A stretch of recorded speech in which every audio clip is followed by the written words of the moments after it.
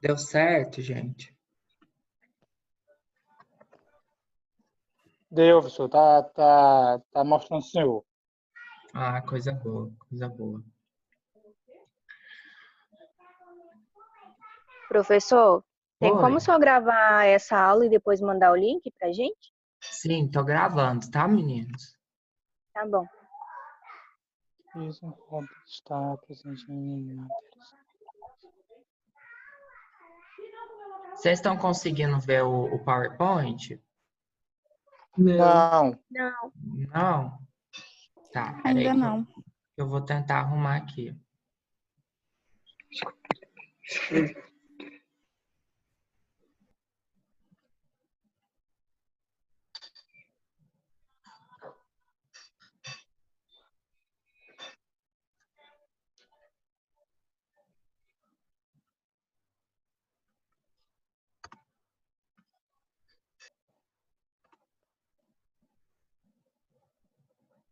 E agora?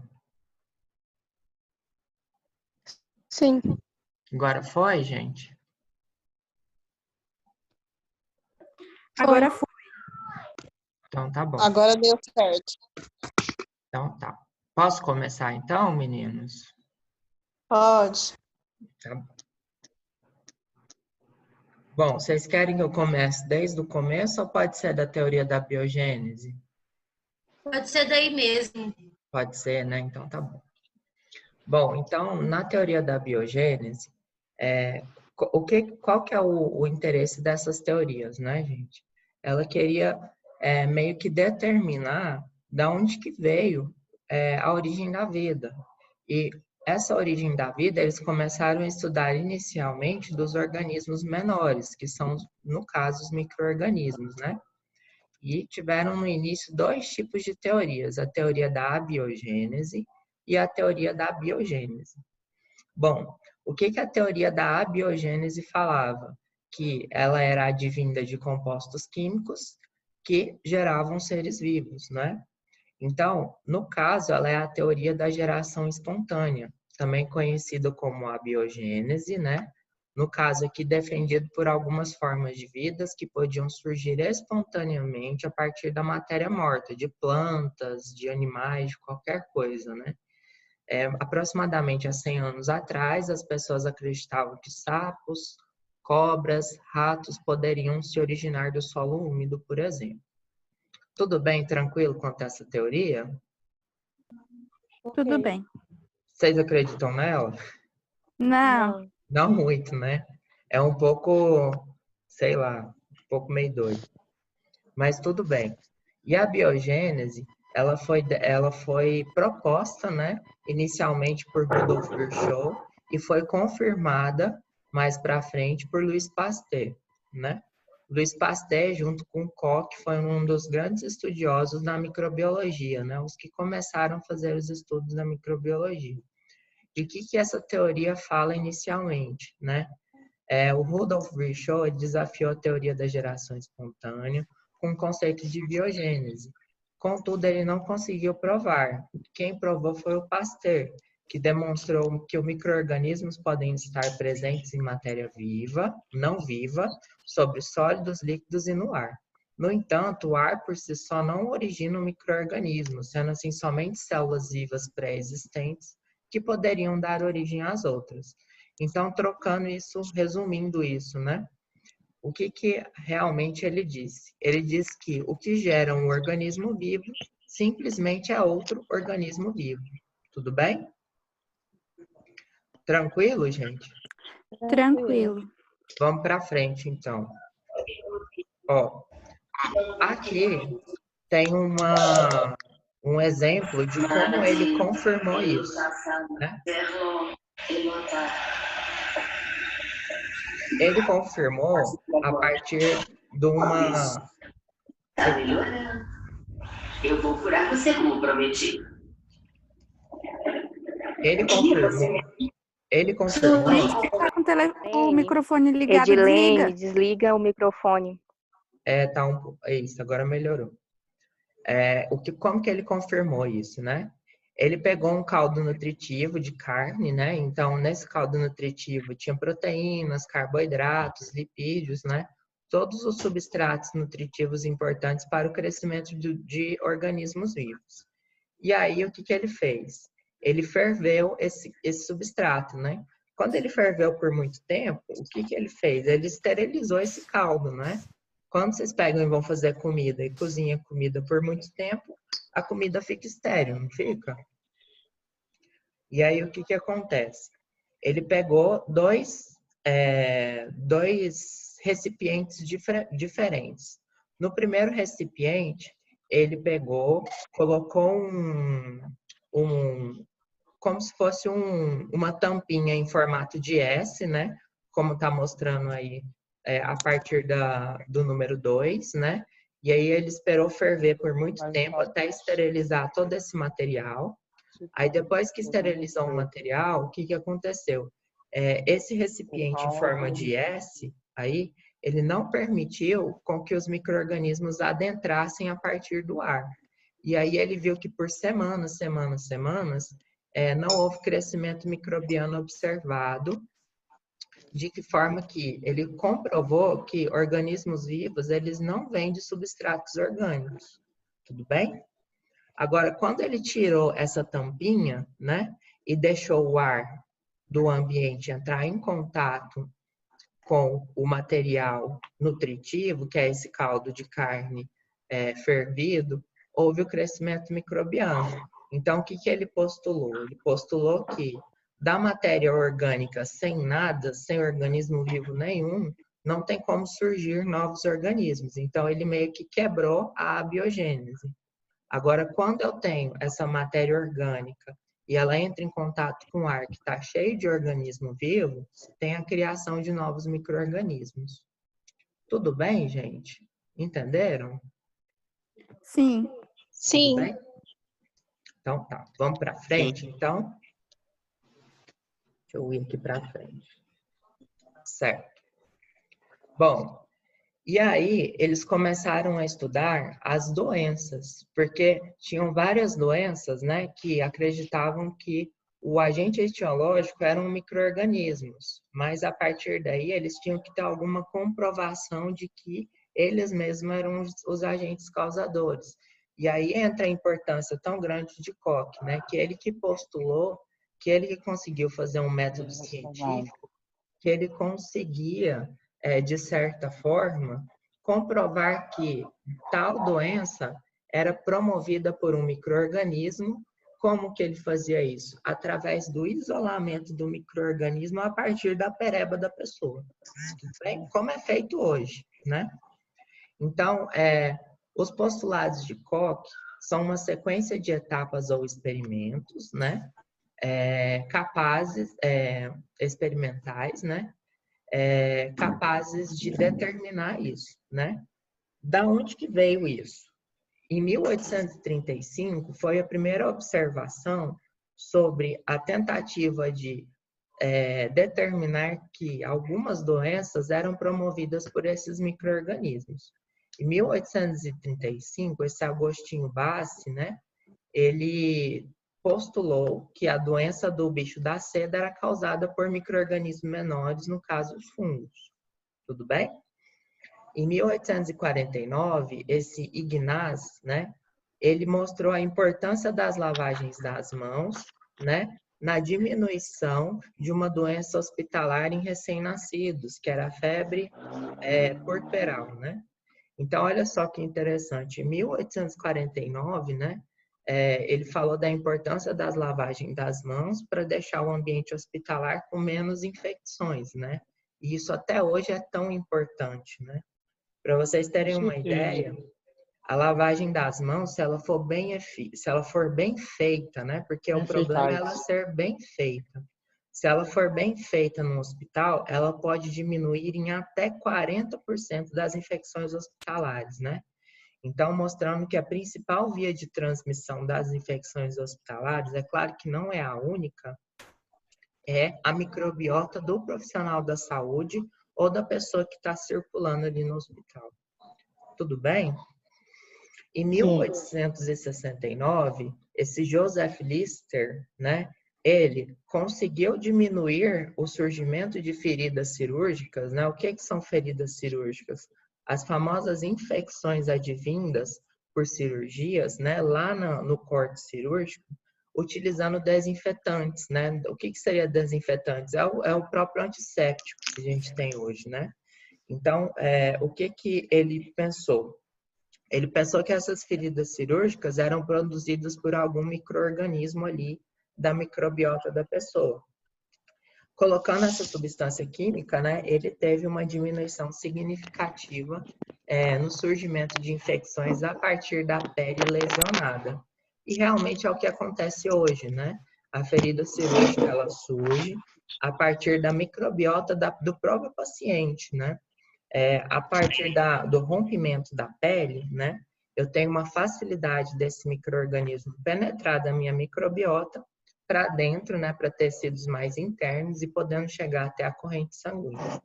Quando eu tenho a ferida cirúrgica, é muito comum a gente formar pus, né? Porque esse pus identifica principalmente a presença de bactérias gram-positivas. Em 1876, houve finalmente o postulado de Koch, a partir de estudos com bactéria, né? A bactéria Anthrax, né? E a partir daí ele fez o seu postulado. Tudo bem, gente, até agora? Sim, Tudo tá bem? tudo ok. Vocês estão tão caladinhos, vocês não são assim? É porque a gente tá prestando atenção, uai. Ah, vou acreditar. Pois é. Vamos para frente. Parece que aqui ficou melhor, né, no Zoom. Bom, Aqui ficou bem melhor, eu achei. O ruim é só porque tem o tempo. Aqui é não bem é? melhor. Ruim também. Não, mas não tem problema não. Se o tempo passar, eu mando o convite de novo, tá bom, gente? Tá bom, professor. Certo? Oi. É melhor o microfone de todo mundo ficar desligado, porque quando alguém liga, eu escuto o eco aqui, atrapalha eu escutar a aula. Ah, tá. Tudo Entendeu? bem, gente? É verdade, eu também escuto um pouco. Então, E quando aí- a gente perguntar alguma coisa, a gente liga, entendeu? Mas enquanto estiver na aula, a gente desliga, porque aí não atrapalha. Tudo bem, Isso, gente? verdade, É concordo. uma dica boa, tá, gente? Por favor, façam isso, tá? Inclusive, eu fechei a janela aqui do meu quarto porque a vizinha estava tocando um funk tenebroso. Bom, então, ó, quais seriam esses postulados de Koch, então, né? A partir das observações, né, o Koch, né, fez esse postulado. Então, os postulados são uma sequência de etapas, né, experimentais capazes de relacionar diretamente um micróbio específico a uma doença específica, né? Porque assim, gente, é muito fácil a gente falar, não, então a pereba ali é causada por um patógeno no micro-organismo. É muito fácil você falar assim, eu não sei de onde que ele vem. Agora, como que eu vou comprovar que realmente é ele que está causando aquela manifestação clínica ou é qualquer outra coisa, né? Então, assim, tem que ter uma perspicácia muito grande de promover um método científico para comprovar isso. Vocês concordam, né? Então, quais são os 4 postulados dele principais? E aí a gente vai discutir um pouquinho. O micro-organismo deve estar sempre presente nas lesões de hospedeiros doentes, né? Associação constante, que é o que ele fala. O micro-organismo deve ser isolado e cultivado em cultura pura. O micro-organismo isolado deve produzir sintomas quando inoculado em um hospedeiro sadio. E o micro-organismo deve ser reisolado do hospedeiro inoculado artificialmente e corresponder em todas as suas características, como o isolado das lesões do hospedeiro original. Bom, olha só. Só um minuto. Diga.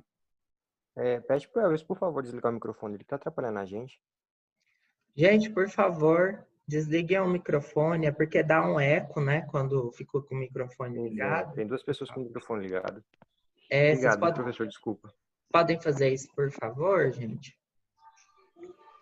Então, Vocês querem que eu repita os postulados ou tá tudo bem?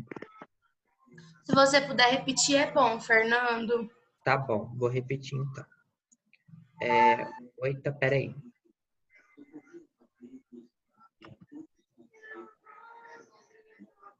Aí.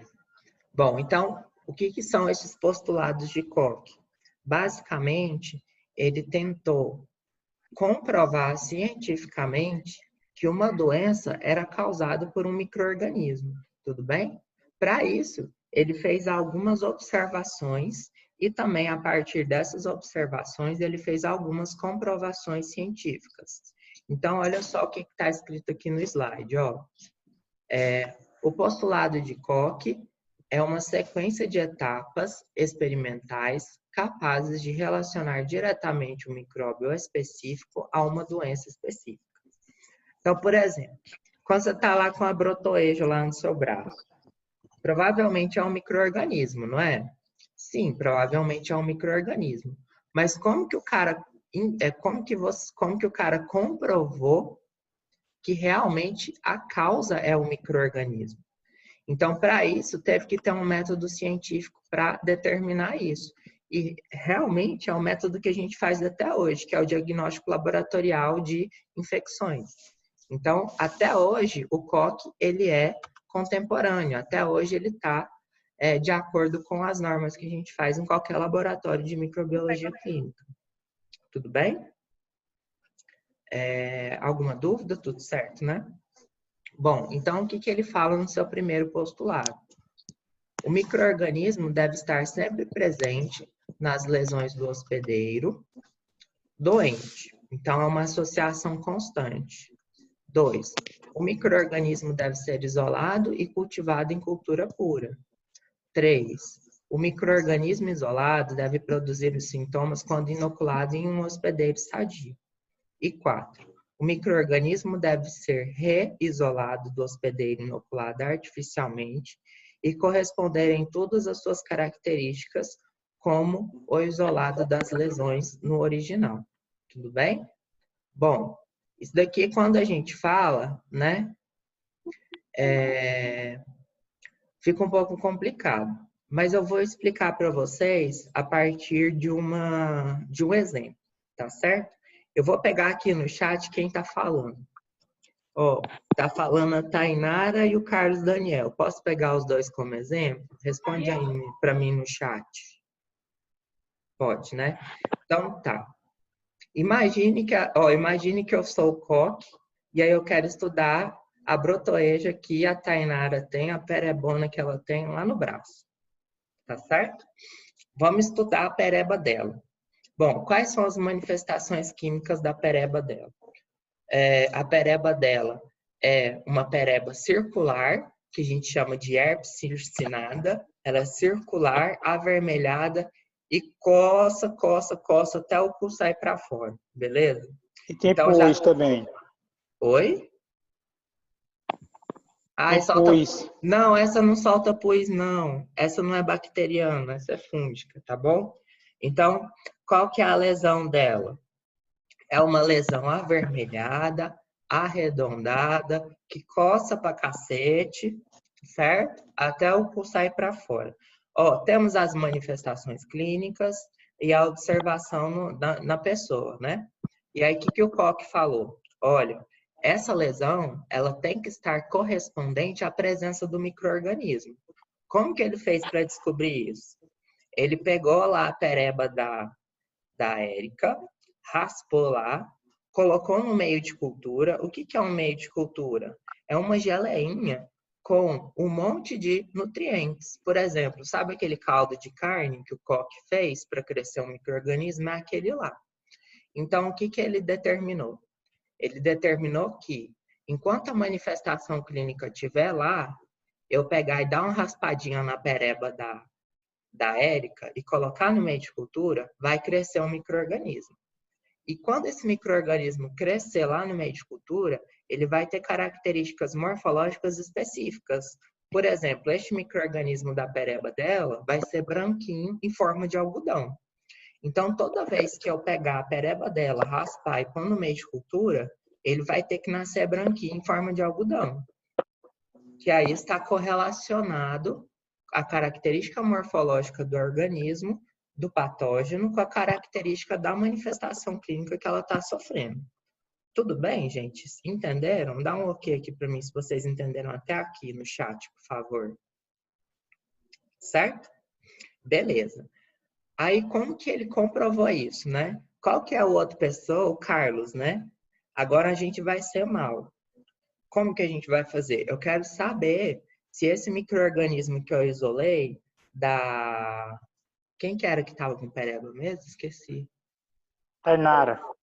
Tainara. Quero saber se a pereba se realmente é este micro-organismo que causa a pereba. Eu já tenho grandes chances de descobrir, não é? Por quê? Porque quando ela estava com pereba, uma manifestação clínica, né, que eu consegui caracterizar muito bem, eu isolei lá no meio de cultura, e sempre quando eu isolei, este micro-organismo tinha uma característica básica, que era o algodãozinho branco. Na hora que sumiu a pereba dela, eu fui lá, né, sumiu a pereba, a manifestação clínica, eu fui lá, passei um cotonetezinho lá na lesão dela, e na hora que eu pus lá, não cresceu micro-organismo nenhum parecido com o que era o algodãozinho branco. Então, eu já tenho essa suspeita muito grande. Mas é o que o Koch fez para comprovar? Ele pegou o Carlos, né, e passou o micro-organismo no Carlos. Para quê? Para ele ter uma pereba igual a da Tainara. Tudo bem? Foi assim que ele comprovou.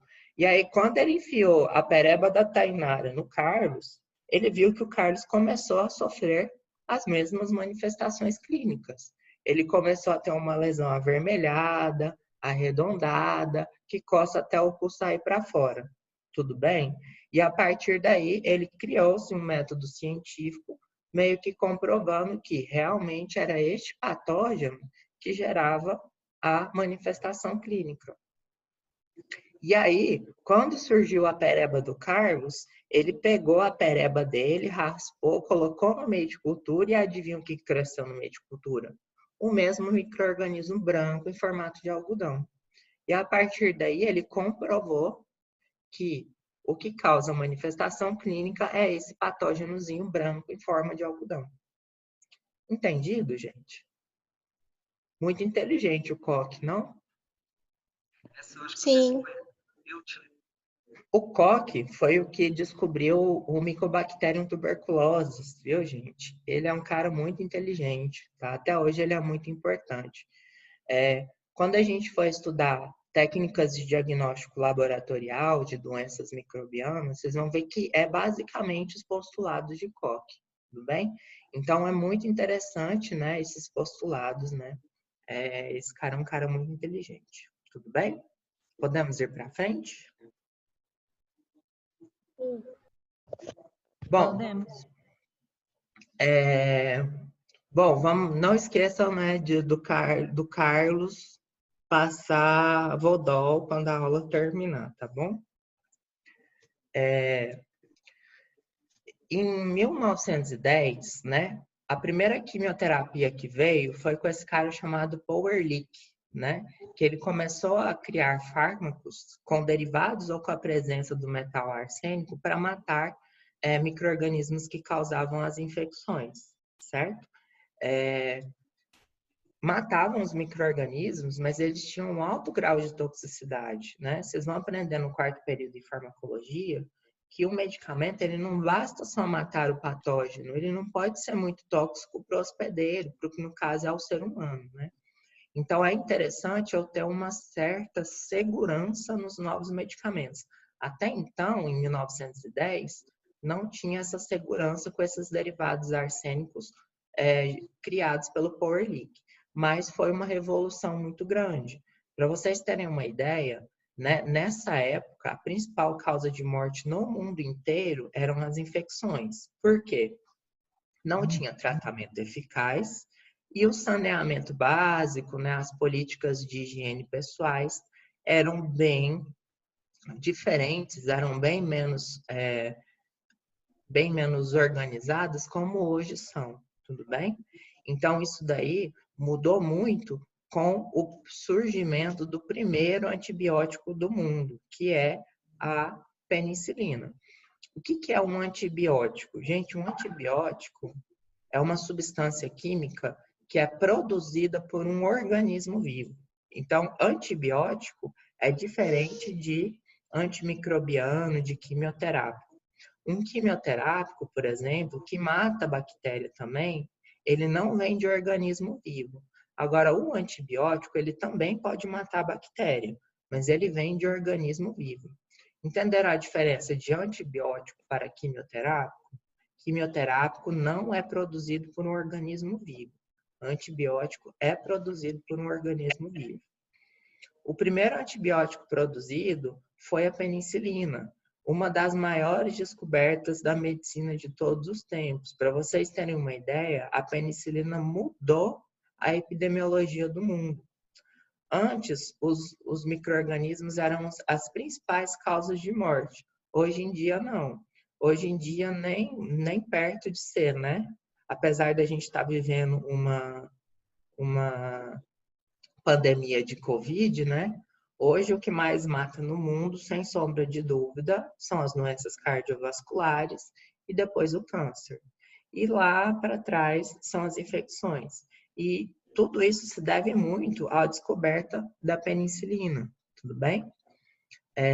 Só que hoje a gente já está vendo um efeito contrário, né? Por quê? Porque os micro-organismos, devido ao uso por muito tempo, esses micro-organismos estão se melhorando geneticamente e estão conseguindo se tornar muito rapidamente resistentes aos tratamentos antimicrobianos que a gente tem hoje no mercado.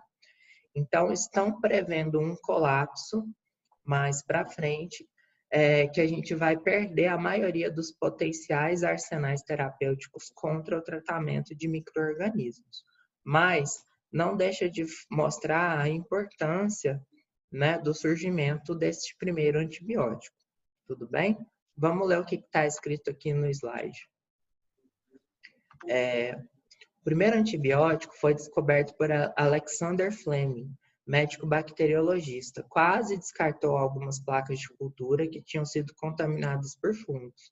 Contudo, ele percebeu que, próximo ao crescimento do fungo, havia uma área clara no qual as bactérias tinham sido inibidas. O fungo ficou conhecido como penicílio e o inibidor ativo de fungo chamado penicilina. Gente, o penicílio é o bolor do pão, certo? Vocês já viram aquele bolor do pão meio azulado? Aquele bolor do pão meio azulado é o penicílio. Todo mundo está respirando ele aqui agora. Ele está presente no solo e no ar, em grandes quantidades, tudo bem? Os esporinhos deles ficam voando aí, tudo bem? O que o cara fez? Ele era um médico de Londres, né? Esse Alexander Fleming, um infectologista de Londres, e ele foi tirar umas férias, né? E aí ele fazia o diagnóstico de várias doenças por Staphylococcus aureus. E ele cultivava naquele caldinho nutritivo que é chamado meio de cultura, né? Numa plaquinha redonda, na qual eu tenho uma geleinha, né? Na verdade, parece muito com uma gelatina.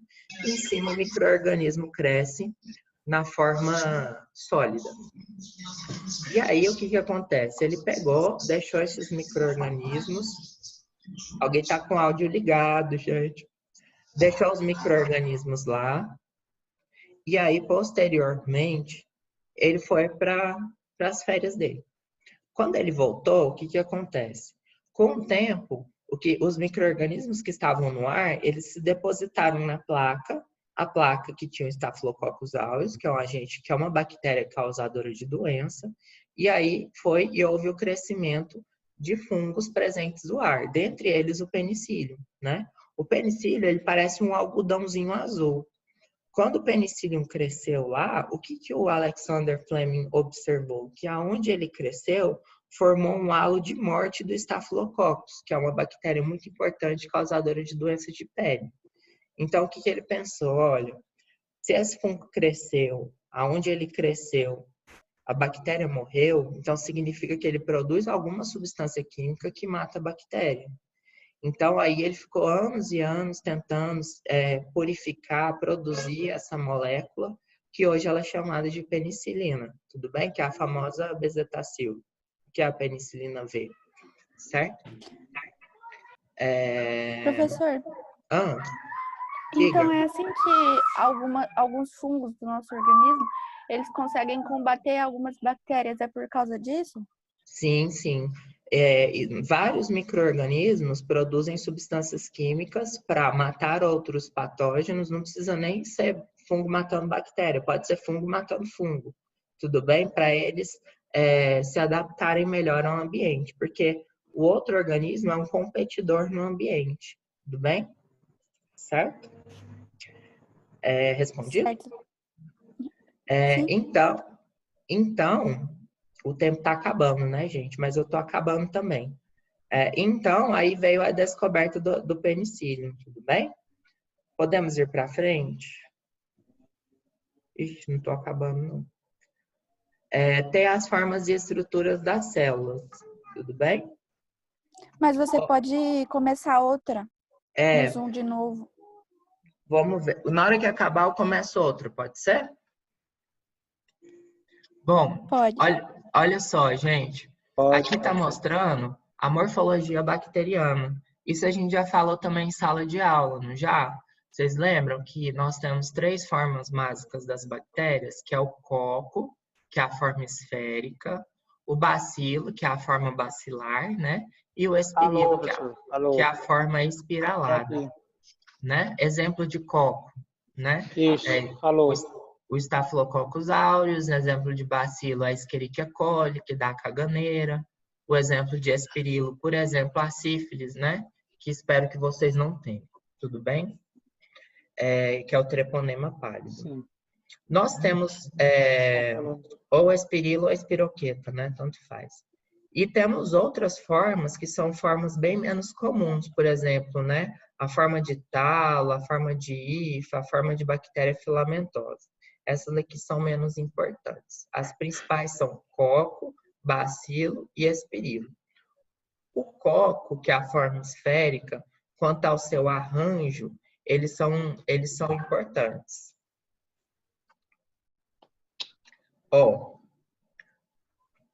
Quando o coco está em formato de cadeia, ele é chamado de Streptococcus. Estão vendo aí, bonitinho na figura? A segunda figura embaixo do coco. Sim, tô vendo. Quando ele é em formato em dupla, quando ele é em forma de dupla, ele é chamado de Diplococcus. E quando ele é formado em cacho de uva, ele é chamado de Staphylococcus. Essas são as 3 mais importantes. As outras formas, elas não são importantes para o diagnóstico laboratorial, então elas não são muito difundidas. Tudo bem? Exemplos de Streptococcus, né? O Streptococcus é a gripe comum bacteriana, né? Causada por Streptococcus pyogenes. O Staphylococcus aureus, né? Que é, por exemplo, o agente etiológico do furúnculo, ele é uma forma de caixo em forma de Staphylococcus. E um Diplococcus que a gente pode falar Ok, vou repetir, tá? O Diplococcus que a gente pode falar mais conhecido é deixa eu pensar, Neisseria meningitidis. Conhecem a bactéria causadora de meningite? Então, olha só. Tá vendo a forma coco, que é a bolotinha, a forma esférica? O coco, ele pode se reunir em arranjos. O que é um arranjo? É o coco junto. Então, quando o coco está juntinho, a gente não chama mais de morfologia de uma célula. A gente chama morfologia de arranjo. O que significa arranjo? Várias células juntos. Tudo bem? Quando eu tenho várias células juntos em formato de cadeia, eu chamo de vários cocos juntos em forma de cadeia, eu chamo de Streptococcus. Quando eu tenho vários cocos juntos em forma de cacho de uva, eu chamo de Staphylococcus. Quando eu tenho vários cocos juntos dispostos em dupla, eu chamo de Diplococcus. Tranquilo, Vitória? Professor. Entendido? Oi. Então, no caso, essa seria aquela que você falou, que o arranjo ele é dividido tem o cacho, tem a cadeia e tem ele em dupla. Exatamente. Esse é o arranjo, tudo bem? O único arranjo que é importante é o dos cocos, tá bom? E os únicos importantes são esses 3. Não precisam saber dos outros mais, porque eles não são importantes para o diagnóstico de doenças. Tudo bem, gente? Sim, Tudo professor. bem. Sim. Sim. Tudo bem. Eu acho Tudo que bem. acabou, deixa eu ver. Ah, tá. Aqui tá mostrando, né? A figura A tá mostrando uma microscopia ótica, que é um grão, né? Que era o que seria que eu ia dar aula para vocês hoje, mas depois a gente volta nela. E na direita tá mostrando uma linda foto de microscopia eletrônica de varredura, o MEV, né? Mostrando assim uma microscopia bem mais avançada, bem mais moderna, né? Mas os dois estão mostrando a mesma coisa, né? Estão mostrando bacilos gram-negativos, né? Isso daí é o da bosta, né? Quando você vai comer um X coliformes fecais lá no pit dog, o cara não cagou em algum lugar, coçou a bunda, colocou no seu sanduíche e você come isso daí. São os famosos coliformes fecais. Certo. A diferença de uma célula procarionte para eucarionte. Bom, isso daqui também a gente já falou, né, meninos? As células procariontes, elas não têm um núcleo, na verdade não é que não tem um núcleo, né? Elas não têm um núcleo diferenciado do citoplasma. Elas têm material genético, mas não está organizado dentro de uma organela chamada núcleo. Tudo bem? Mas elas têm um núcleo que a gente chama de nucleóide. Lembra que a gente viu isso na aula? Tá certo? Elas não têm nucleolo, né? Que no caso da eucarionte tem. A eucarionte, ela tem um núcleo delimitado por uma carioteca, por isso que a gente fala que ela tem um núcleo, né? E o cromossomo, vocês lembram o que é o cromossomo? O cromossomo é um conjunto, né, de DNA, de moléculas de DNA. Então, os procariontes, eles têm apenas uma única molécula de DNA circular, enquanto os eucariontes, eles têm vários cromossomos. Por exemplo, igual a gente estava aprendendo em genética, né? A gente tem pares de cromossomos homólogos, né? No caso das bactérias, ele tem só uma molécula de DNA, então só tem um cromossomo, tudo bem? Circular. Bom, quanto ao citoplasma, o procarionte não tem citoesqueleto, né? O que é o citoesqueleto? São proteínas que meio que auxiliam na arquitetura da formação celular, tá certo? E os eucariontes já têm citoesqueleto, né? Mas a grande diferença entre os procariontes e os eucariontes é a presença ou não de organelas citoplasmáticas, tudo bem? O que são organelas citoplasmáticas? São espaços funcionais da célula. E aí a gente pode citar vários, né? Por exemplo, mitocôndria, complexo de Golgi, lisossomos e etc. Tudo bem? Professor, mas então quer dizer que se a bactéria é procarionte não tem mitocôndria, quer dizer que ela não respira? Não é bem assim, tudo bem? Ela faz praticamente todas as funções metabólicas que são feitas nas organelas dos eucariotos. Porém, elas fazem tudo lá no citoplasma e na membrana citoplasmática dela. Então, é como se fosse uma indústria mais desorganizada. Mas todas as funções vitais para a manutenção da vida, elas são promovidas nesse caso, né, lá dentro do organismo vivo. Tudo bem? Então, por não serem tão organizados, geralmente os organismos procariotos são unicelulares. Agora, já os eucariotos, eles já formam organismos bem mais organizados, com material genético muito maior, né? E dessa forma eles conseguem ser bem maiores, né? Pluricelulares, formando tecidos, formando órgãos, formando sistemas, igual nós somos. Tudo bem, gente? Tudo Sim, bem. professor. Sim. Bom, aí aqui agora só mostrando a diferença, né, de uma célula procariótica para uma eucariótica. A de cima, né, então olha só, do esquerdo, né, do lado esquerdo nosso, é uma figura, é um desenho, e do lado direito tá mostrando uma microscopia eletrônica de transmissão, ok? A partir da microscopia eletrônica de transmissão, a gente consegue visualizar as organelas citoplasmáticas, né? Não sei se vocês lembram da aula de histologia, a gente não consegue ver organela citoplasmática na microscopia óptica. né? Então, olha só que interessante, né? A gente consegue ver a parede celular, a membrana citoplasmática dos procariontes, né? A gente consegue ver um nucleóide, o citoplasma, o plasmídio, né? Lembra que é um anexo citoplasmático intracelular e os ribossomos, né? Basicamente é isso que uma célula procarionte tem, tudo bem?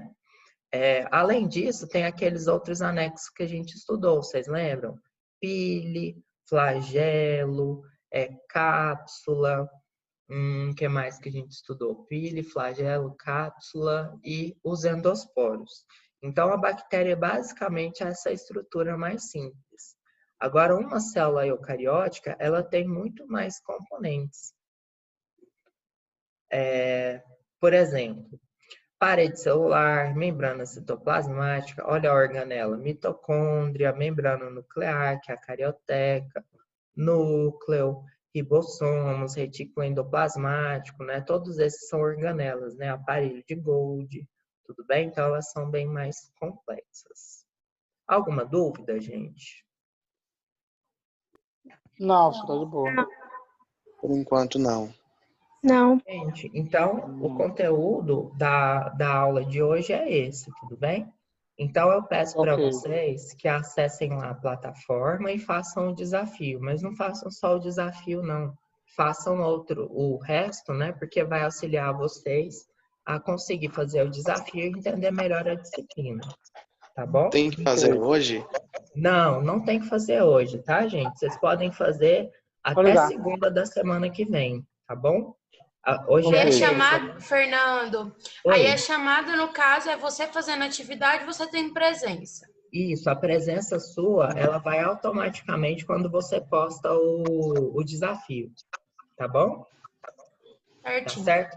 Aquela atividade de hoje cedo que eu coloquei, se vocês quiserem fazer, pode fazer. Eu vou cobrar de vocês mais para frente, mas não é por agora, tá bom? É porque teve uma mudança no cronograma para vocês terem uma facilidade melhor de acompanhar a gente, tá bom? Então, sobre aquele Mas ela vai questionáriozinho. valer nota?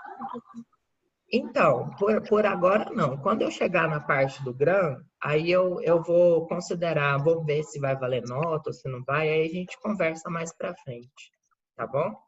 Bom, o desafio, gente, é assim, ó, a Isabela disse que tá meio perdida. O desafio, eles colocam lá uma perguntinha, e essa perguntinha vocês vão ter que responder.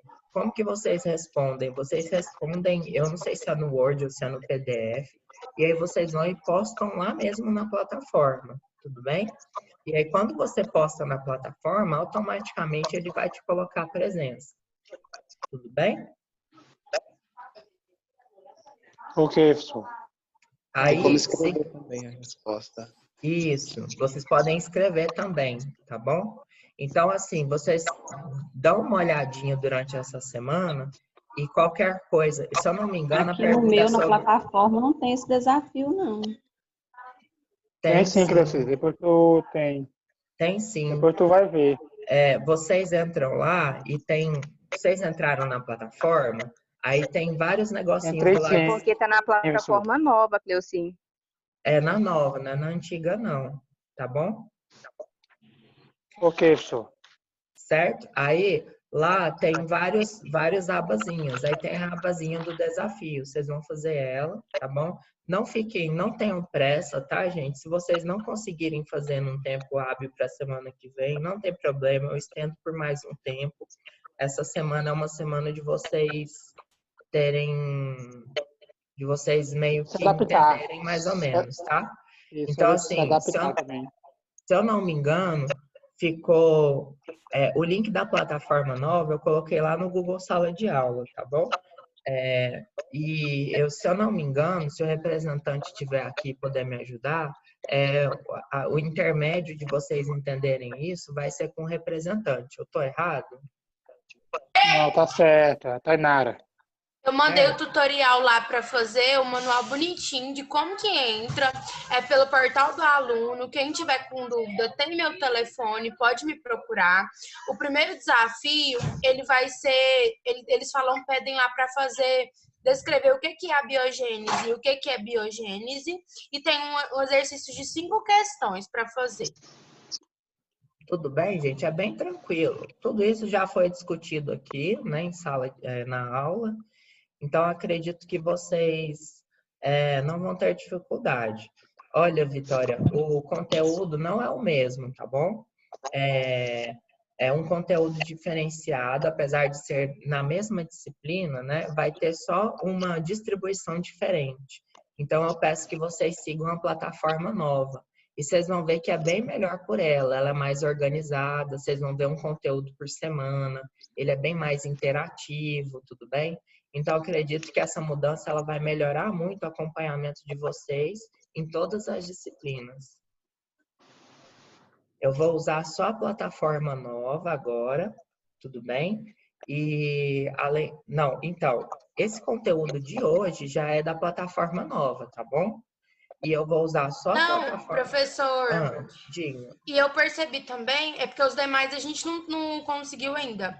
Eu percebi também que você tá usando o conteúdo, tipo assim, lá tem aquele fluxograma mesmo, até você usou nos seus slides, tá sendo muito bom.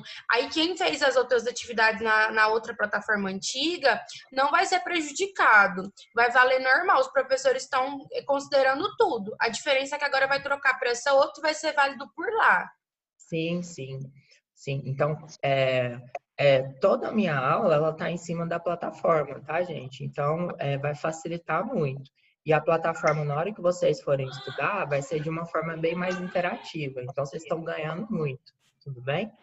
E quanto que o que a gente já fez lá para trás, vocês não vão perder, tudo bem? Mas a partir de agora, a gente vai seguir a plataforma.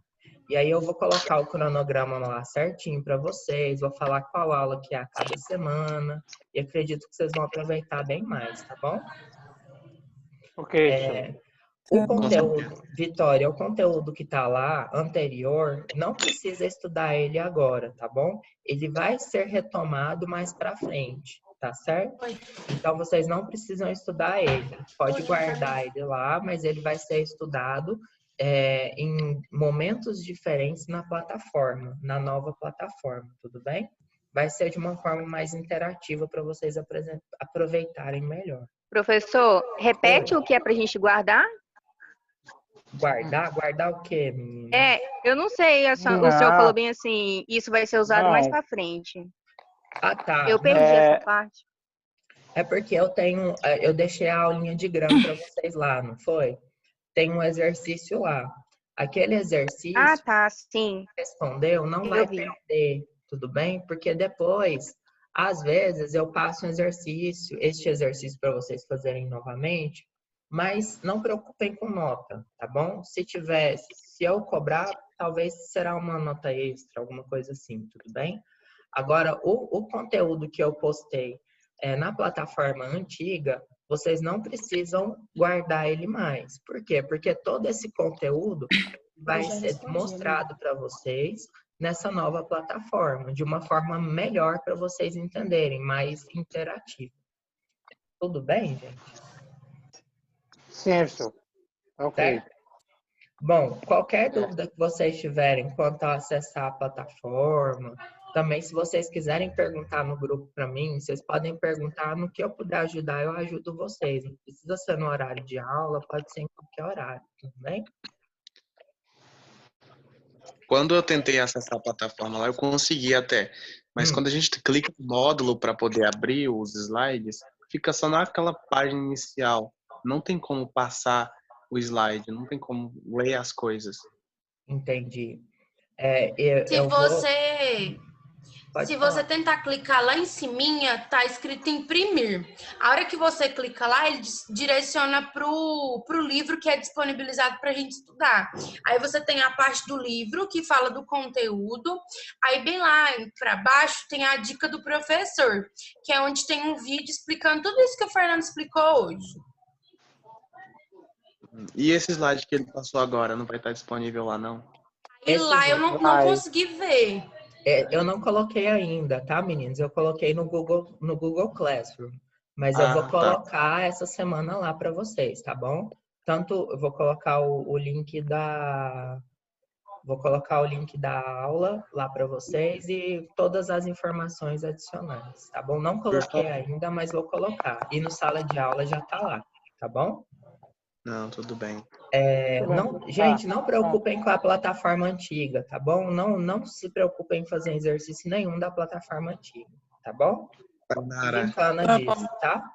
Vai para a plataforma nova e começa a fazer o desafio a partir dessa semana, tá bom? Certo? Quanto à volta às aulas, não faço a mínima ideia, tá, gente? Mas eu, como microbiologista, eu acho que vai demorar um pouquinho, tá bom? Eu acredito, tá? Como microbiologista, tá? Não tô falando de professor, não tô falando de MEC, não tô falando de nada, tá bom? Certo? Ok, certo. Tudo bem, gente? Gente, então, boa noite, viu? Tô com saudade de vocês. No que vocês precisarem, tá bom? Eu estou aqui no WhatsApp, tá? Nossa aula é um marco. Boa noite. Boa noite, um abração para vocês, tá? Boa noite, obrigada. Boa noite, professor. Tchau. Boa noite, professor. Saudade também. Boa noite. Saudade. Abre pra mim.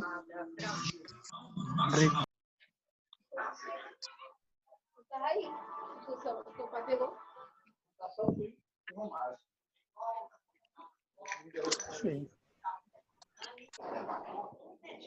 Por conta da pandemia, não conseguiram retornar.